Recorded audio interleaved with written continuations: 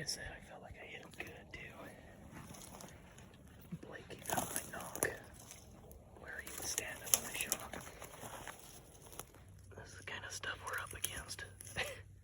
Friggin' tiny little baby droplings. Only reason I seen that is because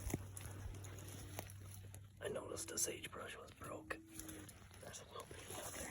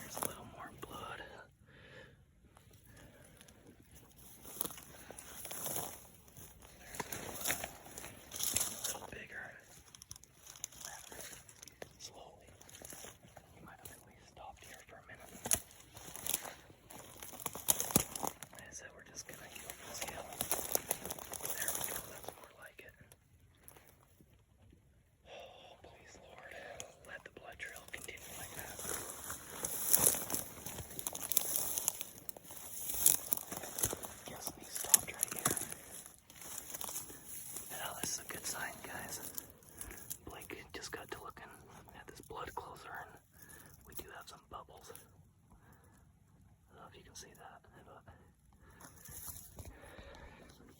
that's a good sign. That's meaning that we at least got one lung. These things can travel long ways with one lung inflated, so if I didn't double lung him, he could still travel long ways on us. So still gonna go slow, give him all the time he needs. Don't want to bump him. Alright, it's officially been 2 hours, so we're feeling pretty confident that I've at least hit one lung with the evidence of the blood in the bubbles in the blood. So 2 hours should be, even if it's just worst case scenario, one lung, you'd hope that 2 hours would be enough time for him to peacefully go to rest. So here we go again. Holy crap, just got to looking around. Couldn't find blood for a minute, but check this out.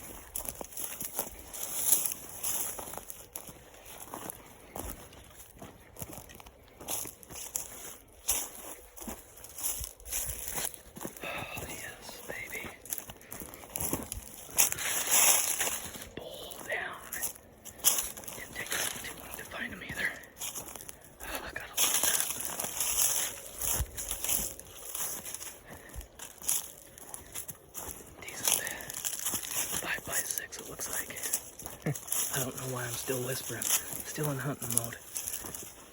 Whew. Not in a bad place either. Sweet. Oh, yes. Thank you, Lord. We will love this elk meat, that's for sure. Okay, see you guys here in a second.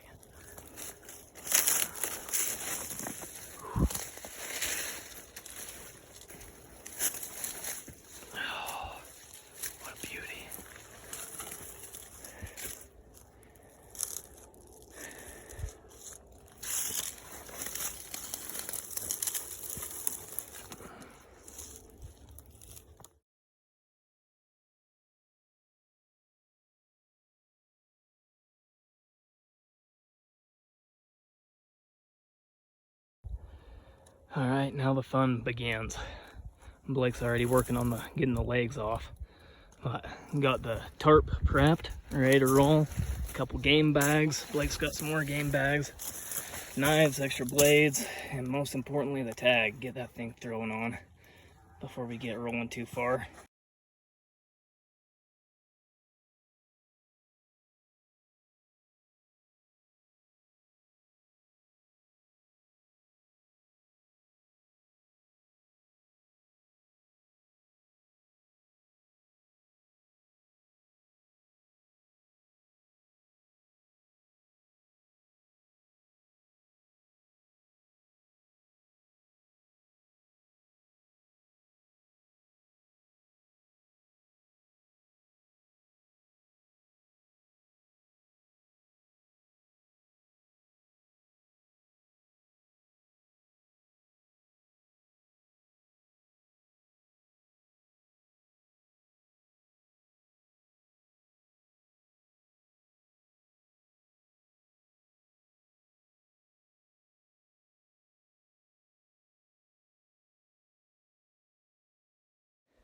Well, as we're getting this thing torn down, trying to get every piece of good meat that we can on it. But it's actually a nice, pretty nice, cool morning to do this on, taking our time to get a little rib roll action. We did this the first time last year, and God, you can't beat it. That rib roll in the crock pot, man. It's hard. It's almost comparable to a tenderloin.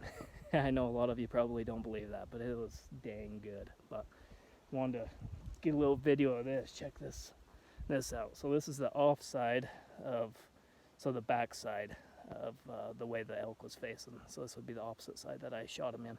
Wanted to show you the broadhead, the exit wound. Hopefully you can see that. But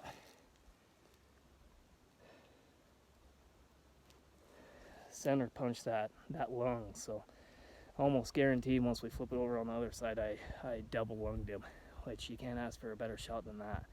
It's crazy how far these animals can go and how much life they have in them still after being double lunged. So didn't make it far, maybe I would guess probably 100 yards as a crow flies, but still. And then not much blood. You guys seen how hard we had to do diligently track little tiny dabs of blood, but hopefully, or luckily, he died on this open face where he is easy to find. So, but if this was thick, nasty stuff, it would have been tough to find him, to tell you the truth. So everything worked out just as planned, all we can ask for. So okay, we'll get this thing packed out of here.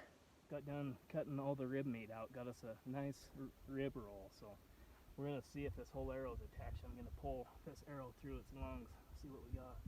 Feels pretty loose, so it broke off. But, I'll try to get a close up of those bubbles in the blood. That's really what we're looking for when we're tracking elk. All those oxygen bubbles. That way it's a good indicator that you got at least some lung. But in this case, call it luck, call it what you will, man. 70-yard shot, double lunged it, perfect. Couldn't have made a better shot.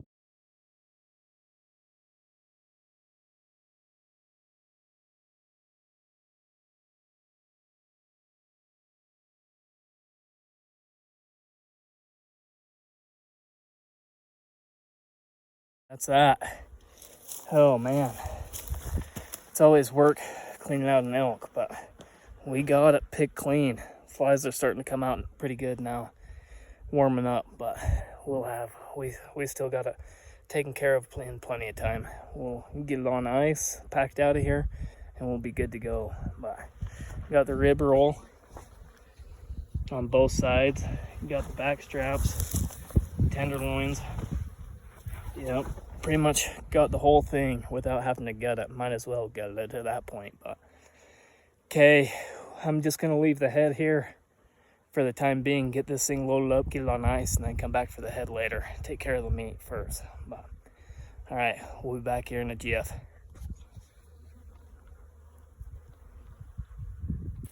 All right, here we go.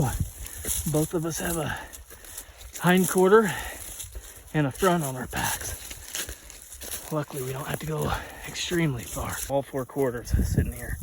Found one lone shade tree. Man, what an eventful morning it's been. It's been awesome.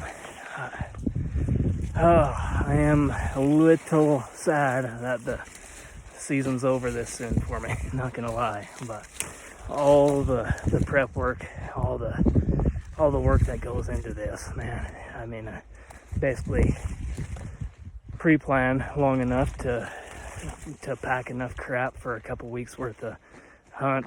So, but couldn't have asked for a better opportunity and a better experience than what I had this morning. So I just couldn't pass the opportunity up. Yeah, perfect broadside, holding still, feeding bull elk. You can't ask for more than that. So had to take the shot. I don't think it'll quite make that 280 range that I was hoping for, but you know what? Like I said, man, I'm not a huge trophy hunter. I love being in the hills, love pursuit of these elk, small or big. It's a lot of fun. Don't get me wrong, I'd love to have an opportunity to harvest a trophy someday as well, but man, can't be upset at this at all. So great times, especially up in the woods with, it's an opportunity for my brother and I to spend time together and hunt together. And I mean, you just can't beat it. My cousin, he's actually up sitting a blind right now, waiting for an elk to come in. So hopefully he has some luck, and if he finds some success today, then Blake and I will head up his direction and help him pack something out. But we'll see. Good luck, cuz. All right, last meat load back to the road, and then I've got a hike a ways to go get the razor, and I'll go back and start working on getting the skull out. So all right guys, talk to you here in a bit. Well, not gonna lie, detaching that head and skull kicked my butt. Man, all right, last load. Get this guy out of here, and then it will get everything loaded up on the razor. Oh, what a day, what a day. Had our work cut out for us, but it was worth every minute of it. What a great experience. Gonna have some lean protein, another year's supply, so I'm excited.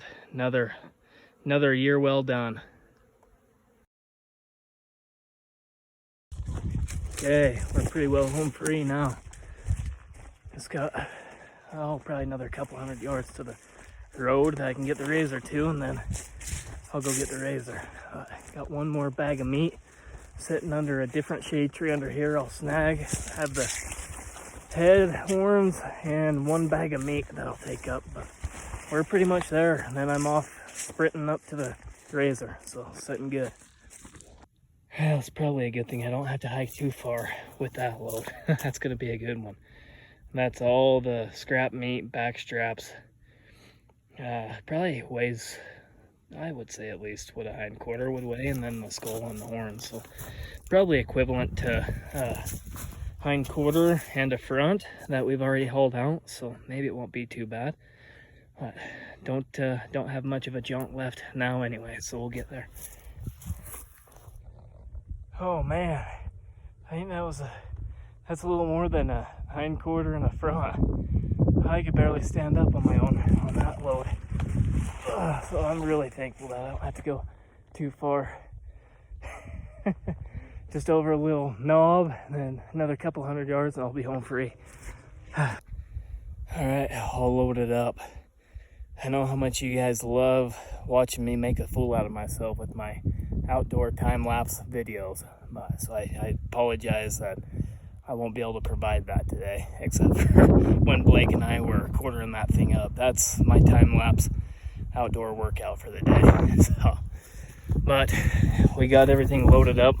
Blake went to go pack camp up, so got everything in the back of the razor. I sure appreciate all Blake's help me quarter this thing up and then packing this meat out. So thank you, Blake. But yeah, we're sitting fat.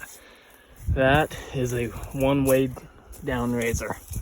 So we're gonna take it nice and easy out of here. I think we've pretty well bottomed the suspension out. Don't have a whole lot of clearance under there.